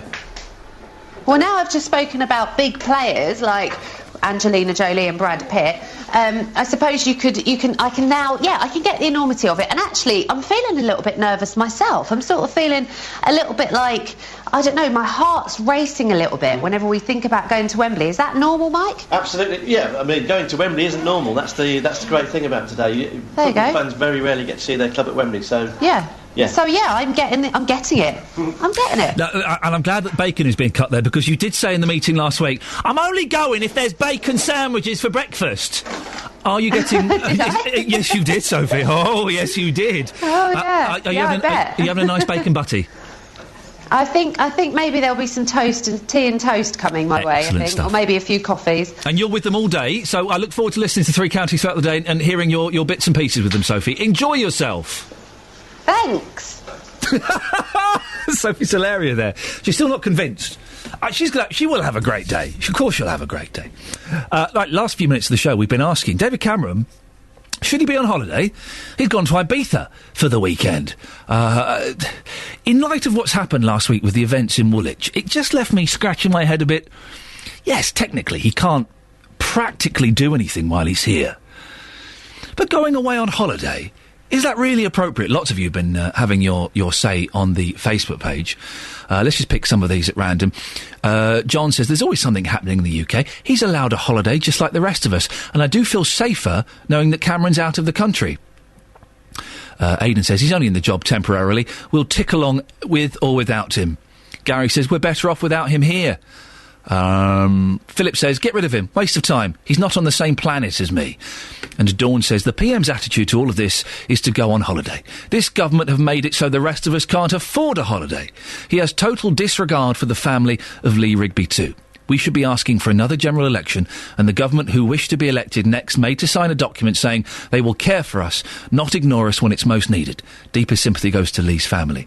Well, I know Nadine Dorris was on Sky yesterday actually defending David Cameron, saying of course he should be allowed a holiday. Well, Jeffrey's in Ascot. Jeffrey, what do you think? Should David Cameron have gone to Ibiza for the weekend? Absolutely. I thought all those comments you read out from the social networking sites were just ridiculous and totally partisan. There was no objectivity about them whatsoever. Political leaders having to deal with matters of state, like massive levels of over-expenditure because of the previous regime, and their capacity to want to borrow billions of Chinese deng to chuck at the British economy because they think that's going to revive it, have to have periods of rest. Like footballers, sometimes Watford will rest an unimportant match. Watford will rest its top star. Are you saying the murder of Lee Rigby, you're comparing that to an unimportant match? No, not at all. Then why did you bring it up? That would imply a comparison. No, the comparison is... You're saying it's unimportant? No, a manager of a football team will have to decide a strategy and tactics in response to any kind of challenge that comes along. And the fact is that social workers, the colonel of the regiment of Fusiliers that Lee Rigby was a member of, would have instituted a social care programme for the family, I would imagine. There'll be social workers from Manchester also caring for them. They have access to the doctors, the great NHS that looks after us all. Who's caring for the country, though, Jeffrey? Where are the social workers caring for the country? Well, have you never heard of civil service departments? Well, there's the politicians that we elect, and I would imagine that David Cameron would have delegated responsibility to Mr. Clegg over the weekend, so that he actually gets practice just in case, like, say, John F. Kennedy. If Mr. Cameron was assassinated by, that's quite possible nowadays, given the number of terrorists that are going around the world. If he's assassinated in Ibiza, then the fact that he's delegated some power to Mr. Nick Clegg over the weekend will give him practice. Jeffrey. Just as LBJ had Jeffrey, to calm down. Calm down. I'm trying to answer your questions. No, you're going off on a tangent, Jeffrey. He's not even holidaying in this country. He is. No, he's Ibiza. It's called the European Union. You're out of date, Ian. You're out of date. Jeffrey, we can either have a proper discussion or you can go away. He's not even holidaying in this country. And yet an atrocity has happened. What is being labelled a terrorist atrocity has happened. Yes. If this was America, Obama would be in Woolwich now, be going to the mosques, he'd be going to the churches, he'd be knocking on doors, he'd be walking the streets, shaking hands, as a symbolic gesture. Do you not think David Cameron should be there? There's no need for him to be there. He's made policy statements about what he's saying. We won't give in to the terrorists, and the people whose job it is to look after the family would be active. But who's looking after the country, Jeffrey? Who's nursing our wounds after this horrific incident last week? Well, the way to look after the country would be to have secure borders. That'd be the way, so that you didn't have someone returning from Kenya, where they tried to join a jihadist group in... OK, Jeffrey, listen, we can't... There is an ongoing case. We can't speak too much about the specifics of various gentlemen, and I also think we're going off on several tangents there. But, Jeffrey, thank you very much. Indeed, the show is literally collapsing towards a finish here. And all morning, we have been playing the mighty Paul Scoins. It's not really... If I'm honest, Paul, it's not been the banker that you told me it was going to be. Well, you know... we've had some guesses. You've got them in front of you, then. Yes, we have got some guesses. Wendy in Rickmansworth... But basically, we're trying to guess how much money is in Paul's pocket. Wendy in Rickmansworth says, Ian, I think there's 68p, and my husband thinks it's 35p in Paul's pocket. Oh, they're taking it quite seriously. Yeah. Paul in Elstree says, is it £2.57? Darren in Hitchin says £1.23. Steve in MK says, I can remember Paul checking out his pockets a few years back. He had £4.32. Is it still the same? And Catherine says, I don't think there's any money in Paul's pocket, just the whole... Oh, dear. Paul, how much is in your pocket? It's £1, Ian. A single pound, but split in a sort of a variety of ways. There's 5 2p's, there's 2 10p's, there's 3 20p's, and 2 5p's. And you've taken a picture of that money. Yep. And can we tweet that picture? We probably can. Let's do that. Shall we? Why not? Wow. It's what that man invented the internet for, isn't it? Yeah. Tim Berners-Lee is sitting there going, brilliant. I can switch it off now. Has been a success. Well, Paul, you've certainly been here while the show's been going on, and for that, I guess I'm grateful. Danny's done a cracking job, I think, and has really helped sail this ship through choppy water, so thank you very much, Danny. Paul, we'll have words later, I guess. Yeah. OK. Well, that's it. If you want to get in touch with me at any point to complain about the show or otherwise, you can send me an email, ian.lee@bbc.co.uk. Let's get a little bit of travel, shall we? Well, that's it. That's your lot from me. As I said, if you do want to get in touch about any stories that you think might be appropriate to cover on the show, you can send me an email, ian.lee@bbc.co.uk. It's IAIN.LE. I spell it correctly, for goodness sakes. And don't forget, if you go to the BBC podcast page, this show now has, in inverted commas, a best-of weekly podcast. It's not on iTunes yet. The Muppets at the BBC technical department have... all they've got to do is tick a box online. They've failed to do it, and they've gone away with Cameron for the... Back tomorrow. Normal service resumes. Stay tuned. Tim's up next. Ta-ta. On FM, AM, online and digital radio. This is BBC Three Counties Radio. Okay.